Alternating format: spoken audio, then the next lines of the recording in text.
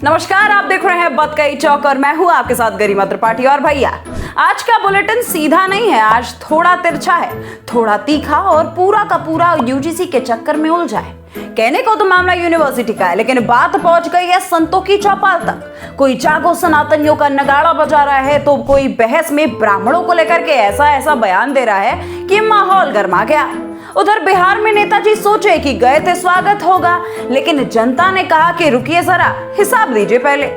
अच्छा, तुमको सिखा दिया है। केरल में राजनीति चल रही थी, लेकिन बीच में भक्ति का ऐसा तड़का लगा कि माहौल ही बदल गया और अब चलो दिल्ली का नारा ट्विटर से निकल करके सड़कों की तरफ बढ़ रहा है। तो भैया, आज की बतकही में बात कम नहीं होगी, सीधे सीधे मुद्दे की नस दबेगी।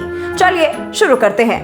सबसे पहले बात उसी मुद्दे की जिसने पूरे देश में बहस छेड़ दी है। यूजीसी को लेकर के उठ रहा विवाद अब सिर्फ शिक्षा का नहीं, बल्कि समाज, धर्म और राजनीति का एक बड़ा मुद्दा बनते जा रहा है। इसी बीच संत समाज से एक बड़ा बयान आया। स्वामी आनंद स्वरूप ने सीधे तौर पर इसे सनातन की असीमता से जोड़ दिया। सुनिए आखिर में उन्होंने क्या कुछ कहा। ओम नमो नारायण। अंबेडकर को भगवान राम से ऊपर बनाने की गहरी साजिश भारतीय जनता पार्टी द्वारा चल रही है। जनता की कमाई, गाड़ी कमाई का जो टैक्स है उसका 403 करोड़ रुपए उत्तर प्रदेश के प्रत्येक विधानसभा में जो मूर्तियां हैं, जो पार्क हैं, उसके ब्यूटीफाई के लिए खर्च किए जाएंगे। दिल्ली में 5 लाख रुपए पर डिस्ट्रिक्ट में केवल इवेंट के लिए दिए जाएंगे। मध्य प्रदेश में सभी डिस्ट्रिक्टों में लगभग 250 करोड़ रुपए खर्च करके इवेंट किए जाएंगे। ये मोदी का अम्बेडकरी भारत है। सनातनी भारत गया भाड़ में। सनातन धर्मियों, अब तो सावधान हो जाओ। ये अम्बेडकर को ला करके सनातन धर्म को नष्ट करके फिर से गजवाए हिंद बनाना चाहते हैं। कौन बना रहा है? कौन कर रहा है? किसकी सरकारें हैं? तो इसलिए तुम जागो, उठो, नहीं तो सनातन धर्म मिट जाने वाला है। ओम नमो नारायण। जय जय हिंदुस्तान। तो सुना आपने, उन्होंने साफ कहा कि अब समय आ गया है पहचानने का कि आखिर ये सब हो क्या रहा है। जब जनता के टैक्स का पैसा एजेंडा चलाने में खर्च होने लगे तो सवाल उठना भी धर्म बन जाता है। उनका कहना है कि देश में एक ऐसी साजिश चल रही है जिसमें समाज को तोड़ने की कोशिश हो रही है और उन्होंने खुल करके लोगों से यह अपील की कि जागो सनातनियों, अब नहीं तो कभी भी नहीं। ये बयान आते ही दोस्तों सोशल मीडिया पर तेजी से वायरल हो गया और यूजीसी का मुद्दा अब एक भावनात्मक और वैचारिक बहस का केंद्र बनता जा रहा है। आगे बढ़ते हैं। उसी मुद्दे के दूसरे पहलू की अगर हम बात कर ले तो एक तरफ से खबर निकल के आ रही है कि कुछ लोग यूजीसी का समर्थन कर रहे हैं, तो वहीं दूसरी तरफ इस बहस के दौरान कुछ लोगों ने ब्राह्मण समाज को लेकर के बेहद आपत्तिजनक बातें कह दी। कई उन्हें भिखारी कहा गया तो कई उन्हें अत्याचारी बोल दिया गया और इसी पर एक सवाल उठाया गया।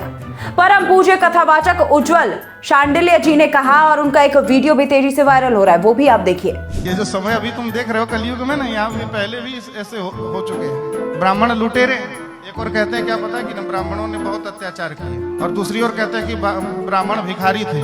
अब ये बता, कोई भिखारी अत्याचारी भी बन जाए, ऐसा हुआ है क्या? भिखारी अत्याचारी हो, ऐसा हुआ है क्या? या तो वो भिखारी नहीं होगा या तो अत्याचारी नहीं होगा। अब ब्राह्मण भिखारी भी था और अत्याचारी भी था, ये कैसे हो सकता है भाई? सुना दोस्तों, उन्होंने साफ कहा कि अगर कोई भिखारी है तो अत्याचारी कैसे हो सकता है।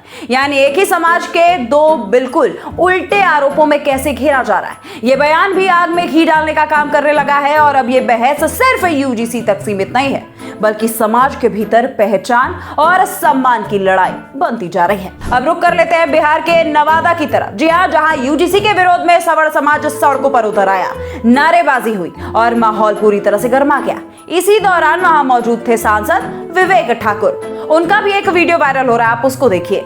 यूजीसी वापस लो, वापस लो, वापस लो, यूजीसी वापस लो, वापस लो, यूजीसी वापस लो, वापस लो, वापस लो, यूजीसी वापस लो, वापस लो, वापस लो, यूजीसी वापस लो, वापस लो, वापस लो, यूजीसी वापस लो,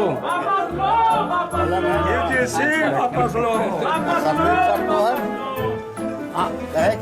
हम छात्र स्वर्ण जाति के छात्र छात्राओं का गार्जियन के रूप में आए हैं। दोस्तों दोस्तों वीडियो में साफ देखा जा रहा है कि जैसे ही विरोध शुरू हुआ और लोगों ने अपनी नाराजगी खुल करके जताई यूजीसी को लेकर के, तो माहौल थोड़ा सा असहज हो गया। जो पहले सामान्य दिख रहा था वो अचानक बदल गया। लोगों के बीच ये भी चर्चा रही कि आज वो पारंपरिक स्वागत नहीं दिखा जो आमतौर पर नेताओं को देखने को मिलता है। यानी साफ है कि यूजीसी का मुद्दा अब जमीनी स्तर पर भी असर दिखाने लगा है। अब दोस्तों इसी बीच एक अलग लेकिन सकारात्मक तस्वीर आपको बताए तो केरल में चुनावी माहौल के बीच गायिका मैथिली ठाकुर ने कुछ ऐसा किया जिसने लोगों का दिल जीत लिया। दोस्तों उन्होंने लोकल भाषा में भक्ति गीत गाया और यही वो पल था जहां राजनीति से हटकर संस्कृति और जुड़ाव की झलक साफ दिखी।